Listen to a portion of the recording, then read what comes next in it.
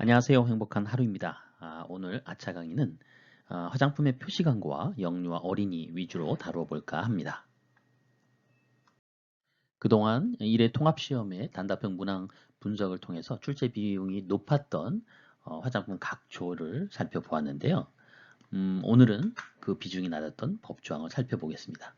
화장품 표시 광고, 실증과 관련된 부분에서 한두 문제, 그리고 정의와 또 맞춤 화장품 판매 신고, 영유아 어린이용 사용 부분에서 각각 한 문제씩 총 5문항이 출제가 되었는데요.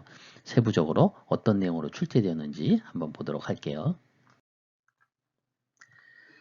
법 제14조는 표시 광고 내용의 실증에 관한 내용이 정해져 있죠. 그리고 그 하위 법령인 시행규칙과 시행규칙에 따른 고시, 화장품 표시 광고, 실증에 관한 규정이 있습니다.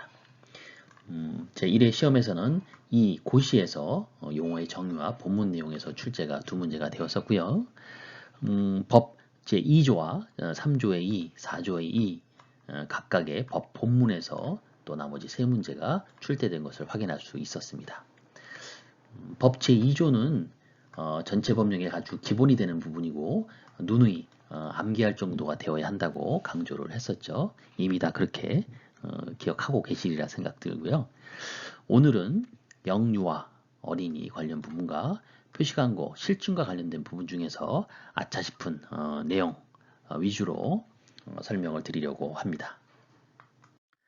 본격적인 그 강의에 들어가기 전에 표시와 광고, 그 법 제2조의 정의에서 어떻게 정의하고 있는지 살펴보도록 할까요? 자, 표시입니다. 화장품의 용기 포장에 기재하는 그렇죠. 문자, 숫자, 도형, 그림 등을 말합니다. 문자와 숫자를 구별할 줄 아는 도구, 도형과 그림, 개 이렇게 하면 어쩔까요? 문자와 숫자를 구별할 줄 아는 도구, 개. 그리고요, 광고는 라디오, 텔레비전, 신문, 잡지 등 화장품에 대한 정보를 나타내거나 알리는 행위다라고 정의하고 있습니다. 잘 기억하실게요. 영유아 어린이 관련된 내용 잘 살펴보도록 하겠습니다. 법 제4조의 2는 이 영유아 어린이가 사용하는 화장품의 관리에 대해서 정하고 있죠. 당연히 이 내용 부분들 잘 주지하고 계시리라 생각하고요. 제1회 정기시험, 특별시험 통해서도 많이 강조됐던 내용이고요. 특히 안전성과 관련된 부분은 단답형 문항으로 출제가 되었었죠. 화장품 책임 판매업자가 작성 보관해야 될 영유아 어린이 사용 화장품의 제품별 안전성 자료는 3가지죠. 제품 및 제조 방법에 대한 설명 자료, 그리고 화장품 안전성 평가 자료, 제품의 효능 효과에 대한 증명 자료입니다. 근데 실제 이러한 제품의 안전성 자료를 어떻게 그 작성해야 되는지 방법을 잘 몰랐는데요.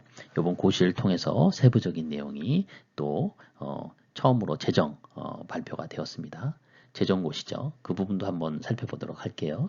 제2항은 제품별 안전성 자료뿐만 아니고 소비자 사용 실태나 사용 후 이상 사례와 같은 이러한 것들에 대해서 주기적으로 실태 조사 실시하는 거, 그리고 위해 요소 저감화를 위한 계획도 수립해야 한다는 거 잘 기억하고 계셔야 됩니다.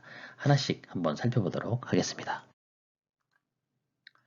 영유아 어린이 화장품 관리와 관련된 하위법령 시행규칙이 있는데요. 이 시행규칙 제10조, 10조와 관련된 부분에서 세부사항을 여러 가지로 정하고 있습니다. 10조의 이해는 2가지 사항으로 저는 설명하고 있는데요. 먼저 연령에 대한 부분입니다. 연령 기준 영유아 만 3세 이하죠. 어린이 만 4세부터 13세 이하까지입니다. 그리고 다음 2가지 표시 광고에 해당할 경우에 제품별 안전성 자료 작성 보관해야 되는데요. 자, 표시의 경우에는 1차 포장, 2차 포장 거기에 영유아 어린이 화장품 특정 표시하는 경우고요. 그리고 화장품의 명칭에 영유아 어린이 포함한 표현이 표시되는 경우도 마찬가지고요. 그리고 광고 경우입니다. 광고는 시행규칙 별표 5에 이렇게 광고의 범위에 대해서 나와 있죠. 광고 매체 및 수단이 있습니다. 이 감옥부터 암호까지 이렇게 있는데요. 그 중에서 감옥부터 바목, 바목이면 여기죠. 감옥부터 바목까지 여기에다가 어린이 영유아와 관련된 그런 광고할 경우에는 뭘요? 제품별 안정성 자료를 작성 보관해야 됩니다. 단 어린이의 경우에는 바목, 요 방문 광고 및 실현에 의한 광고 요 부분은 제외합니다. 즉 영유아는 가부터 마까지, 또 어린이는 가부터 마까지겠죠. 그런 경우에 광고 표시를 할 경우에 제품별 안전성 자료를 작성 보관해야 한다. 기억하시기 바랍니다. 이번 장은 제품별 안전성 자료에 대한 보관 기간입니다. 두 가지로 나누어져 있는데요. 첫 번째는 1차 포장의 사용 기한을 쓸 경우, 두 번째는 1차 포장의 개봉 후 사용 기간을 표시할 경우입니다. 사용 기한인 경우에는 사용 기한 만료일로부터 1년까지의 기간, 즉 2020년 10월 1일이 이 제품의 사용 기한 만료일이다 하면은 2021년 10월 1일까지 이 안전성 자료를 보관하고 있어야 되겠죠. 그리고 사용 후 개봉 기간인 경우에는 제조연월부터 몇 년이요? 3년까지 이 기간 동안 보관하고 있어야 합니다. 제조의 경우에는 제조일자 기준, 또 수입인 경우에는 통관일자 기준으로 한다는 거 기억하시고요. 정리하면 사용기한 표시 제품은 사용기한 만료일부터 1년까지의 기간, 또 개봉 후 사용 기간인 경우에는 제조 연월일로부터 3년까지의 기간이 바로 보관 기간이다. 기억하시면 되겠습니다. 영유아 어린이 화장품과 관련된 실태조사와 또 위해 요소 저감화 계획에 대한 부분입니다. 이 실태조사는 몇 년마다요? 5년마다 실시해야 하고요. 그 내용은 바로 다음과 같이 1호부터 6호까지 있는데요. 제품별 안전성 자료 및 자료의 작성 및 보관 현황, 또 소비자 사용 실태, 또 사용 후 이상 사례 현황 및 조치 결과, 그리고 영유아 또는 어린이 사용 화장품에 대한 표시 광고의 현황 및 추세, 또 영유아 어린이 사용 화장품의 유통 현황 및 추세, 그 밖에 필요한 사항 이렇게 6가지 부음 실태조사에 포함되어야 합니다. 위해 요소 저감화 계획은요. 다음과 같이 위해 요소 저감화를 위한 기본 방향 및 목표, 단기별 중장기 추진 정책과 환경 여건 및 정책 평가, 조직 및 재원, 또 그 밖의 사항, 이러한 부분들을 저감화 계획에 포함되어야 한다는 거 양 참고로 기억하시기 바랍니다. 제정고시 한번 살펴볼까요? 올해 새롭게 제정된 영유아 어린이 사용 안전성 자료의 작성 보관에 대한 규정입니다. 그 중에 이제 별표에 대한 부분이 주요한 부분이기 때문에 별표 부분만 말씀을 드리도록 하겠습니다. 세 가지의 그 안전성 자료가 있었죠. 먼저 첫 번째, 제품 및 제조 방법에 관한 설명 자료입니다. 제품에 대한 설명 자료는 제품명, 효능효과, 기능성 화장품 경우죠. 사용상 주의사항 등 제품에 대한 상세한 정보를 포함한 자료를 작성해야 하고요. 그런데 이런 내용들이 다 포함되어 있는 그런 서류도 있죠. 바로 제품 표준서, 또 수익관리 기록서 이런 것들입니다. 그래서 이런 것들이 있으면 대체할 수도 있다 라고 기억하시면 좋을 것 같습니다. 즉 제품에 대한 기본 정보를 정리한 내용이고요.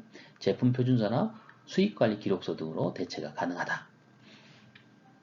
두 번째가 바로 이제 제조 방법에 대한 설명 자료인데요. 최종 완제품까지 만들어지기까지의 제조 방법에 대한 정보를 포함합니다. 또 이러한 내용들이 다 포괄적으로 있는 것이 제조관리 기준서나 제품 표준서, 또 수익관리 기록서겠죠. 따라서 이 제조 방법에 대한 설명 자료는 요 세 가지에 대한 부분으로 커버가 가능하죠. 이렇게 기억 잘 하시고요. 제조 방법은 전체적인 흐름을 확인 가능한 정도의 내용만 포함하면 됩니다. 이런 원료 침략이나 반응 조건, 시간은 세부 정보를 모두 포함해야 하는 것은 아니라는 거 참고로 알고 계시기 바랍니다. 자, 두 번째 화장품의 안전성 평가 자료입니다.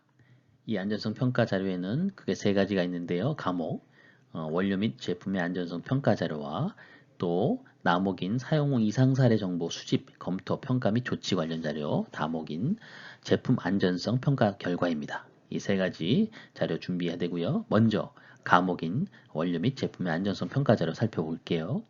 여기는 원료와 완제품 두 가지에 대한 자료가 필요한데요. 먼저 원료입니다. 원료는 각각 원료에 대한 어떤 정보가 필요할까요?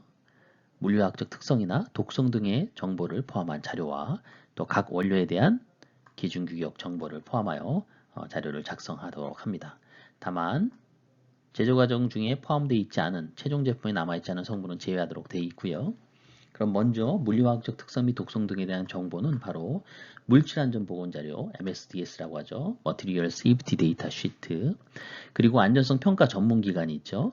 뭐 평가원 독성 정보 제공 시스템이나 유럽의 SCS, 미국의 CRL 같은 그런 안전성 평가 전문 기관의 정보들이 있습니다. 그럼 원료가 이런 정보들을 포함하고 있으면 그 자료로 작성하면 되고요. 만약에 이것이 없다 그러면은 자체적으로 자료 준비를 해야 합니다. 근데 불가피하게 자료 구비가 어려운 경우에는 합리적인 대체 자료가 필요한데요.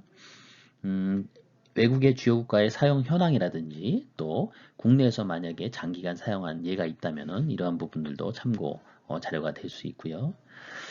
그리고 원료 중에서 예외적으로 정제수는 별도의 자료가 불필요한데요. 이때는 전제 조건이 제조업자가 주기적으로 물의 품질을 관리한다는 전제가 들어가게 됩니다.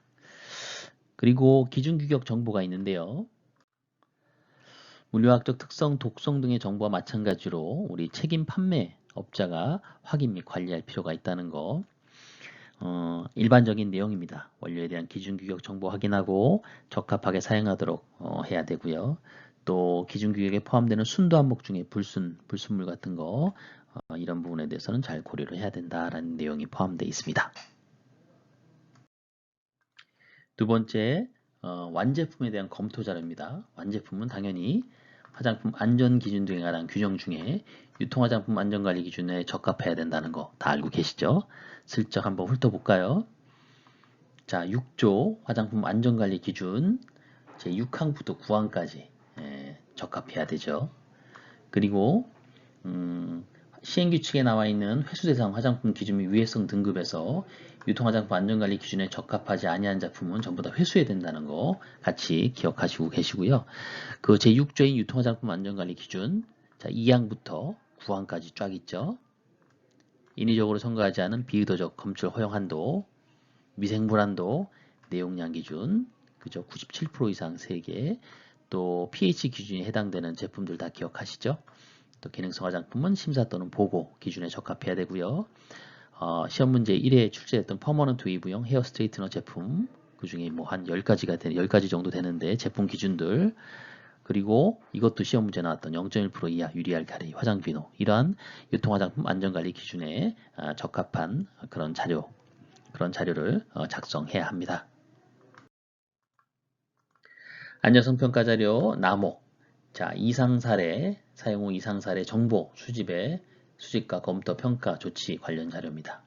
이 부분은 그 유해 사례 기억하시나요?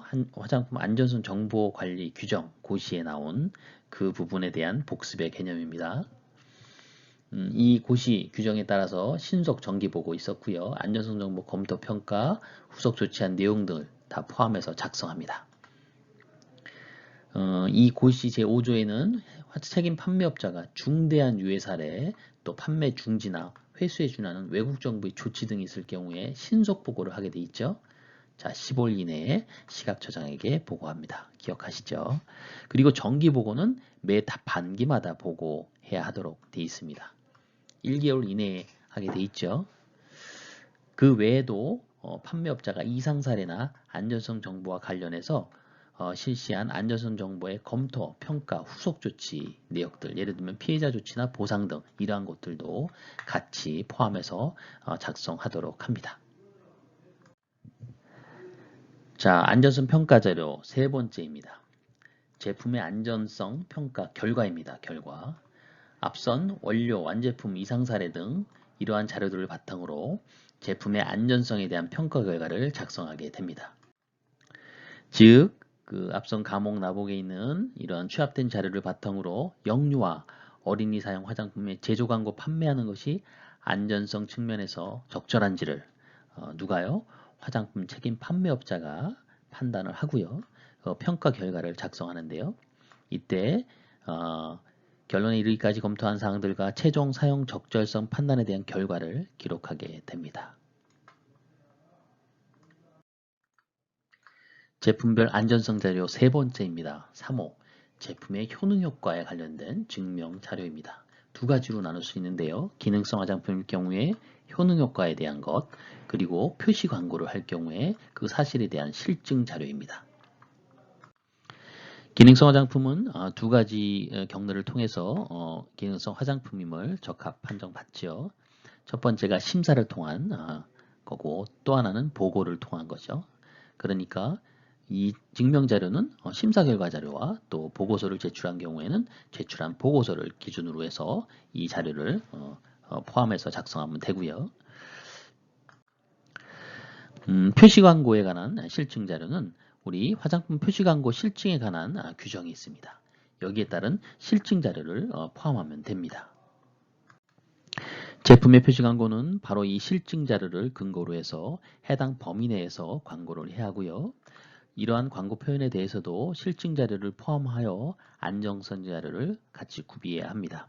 예를 들면 저자극이나 또 특정 성분, 무 이런 표시들을 많이 하는데 이럴 때는 시험적 방법을 통해서 입증이 필요합니다. 법 제14조는 표시 광고 내용의 실증에 관해서 정하고 있는데요. 우리 영업자, 화장품 제조업자, 책임 판매업자, 맞춤 화장품 판매업자죠. 영업자 및 판매자는 자기가 행한 표시 광고 중에 사실에 관련된 사항에 대해서 반드시 실증할 수 있어야 합니다. 식약처장은 영업자 판매자가 행한 표시 광고가 제13조 제1항 제4호 이것이 바로 부당한 표시 광고 행위 등에 대한 금지죠. 그 중에서 바로 4호가 있죠. 그 밖에 사실과 다르게 소비자를 속이거나 소비자가 잘못 인식하도록 할 우려가 있는 표시 광고 이거죠. 여기에 해당되는지를 판단하기 위해서 실증이 필요하다 그러면은 바로 영업자나 판매자에게 관련 자료를 제출할 수 있도록 요청할 수 있습니다. 그러기 위해서 이 영업자 판매자는 요청받은 날로부터 며칠이요? 15일입니다. 참 15일이 많죠. 자, 15일 이내에 실증 자료를 식약처장에게 제출해야 합니다. 그리고 그 나머지 총리령 시행 규칙이죠. 거기에는 실증 대상이나 또 범위 요건, 제출 방법 등에 대해서 정하고 있습니다. 시행 규칙 제23조 표시 광고, 실증 대상 등에 대한 하위 법령 규정이죠. 이 중에서 실증 자료의 범위 및 요건에 대해서 살펴보도록 할게요. 이 실증 자료라는 것은 실증에 사용되는 시험 또는 조사 방법은 학술적으로 널리 알려져 있거나 관련 산업 분야에서 일반적으로 인정된 방법 등으로서 어떠한 방법일까요? 예, 바로 과학적이고 객관적인 방법으로 실증을 해야 합니다. 고시 화장품 표시 광고 실증에 관한 규정을 살펴보도록 할 건데요. 먼저 용어입니다. 용어는 고시마다 다 용어에 대한 별도의 정의들이 있고 이 부분은 또 단답형으로도 많이 또 출제한 사례가 있죠. 본 고시에서도 바로 인체외 시험 이 부분이 또 1회 또 단답형 문항으로 한번 출제가 됐었는데요. 복습 겸 한번 좀 볼까요? 자, 표시 광고에서 주장한 내용 중에서 사실과 관련한 사항이 진실임을 증명하기 위해서 작성된 자료가 바로 실증 자료죠. 그리고 실증 방법은 이러한 표시 광고에서 주장한 내용 중 사실과 관련된 사항이 진실임을 증명하기 위해 사용되는 방법이고요. 그리고 화장품의 표시 광고를 증명할 목적으로 해당 화장품의 효과와 안전성을 확인하기 위해서 사람을 대상으로 실시하는 시험 또는 연구, 바로 인체 적용 시험입니다. 본 고시 규정에 따라서 정해지는 실증 자료, 합리적인 근거로 인정될 수 있는 실증 자료는 다음과 같이 두 가지에 해당되어야 합니다. 첫 번째는 시험 결과이고요. 두 번째는 조사 결과입니다. 시험 결과는 앞서서 말씀드린 인체 적용 시험 자료, 또 인체 외 시험 자료, 그 이상의 수준 이상의 조사 자료여야 되고요. 조사 결과는 표본 설정, 질문사항, 질문 방법 등이 그 조사 목적이나 통계상의 방법과 일치하는 소비자 조사 결과나 또 전문가 집단 설문조사 등이 해당이 됩니다. 그리고 이 별도의 별표가 있는데요. 별표에서 정하는 표시 광고의 경우에는 별표의 실증 자료를 합리적인 근거로 인정합니다. 그래서 별표를 한번 살펴보도록 하겠습니다. 별표의 내용 살펴볼까요? 표시 광고에 따른 실증 자료입니다. 여드름성 피부에 사용 적합하고 또 항균, 여기서는 인체 세정용 제품이 하나인다는 거, 그리고 일시적인 셀룰라이트 감소, 붓기 다크서클 완화, 피부 혈행 개선, 이런 경우에는 실증 자료로서 인체 적용 시험 자료 제출로 대체할 수 있고요. 가름할 수 있고요. 피부 노화 완화, 이 경우에는 인체 적용 시험 및 인체 외 시험 자료 제출로 가능합니다. 그리고 가로 안에 있는 건 무엇일까요? 기능성 화장품에서 해당 기능을 실증한 자료 제출로 가름할 수 있는 두 가지인데요. 첫 번째가 바로 콜라겐 증가 감소 활성화, 두 번째는 효소입니다. 효소 증가 감소 활성화. 이 부분 주의 깊게 잘 보시면 좋을 것 같죠? 아차 싶은 표시 광고, 그리고 또 영유아 어린이와 관련된 내용들 잘 살펴보셨나요? 특히 영유아와 관련된 부분은 또 올해 최종 고시가 된 부분도 있으니까 주의 깊게 다시 한번 학습하시면 좋을 것 같습니다. 지금까지 행복한 하루 맞춤 한복이었습니다. 감사합니다.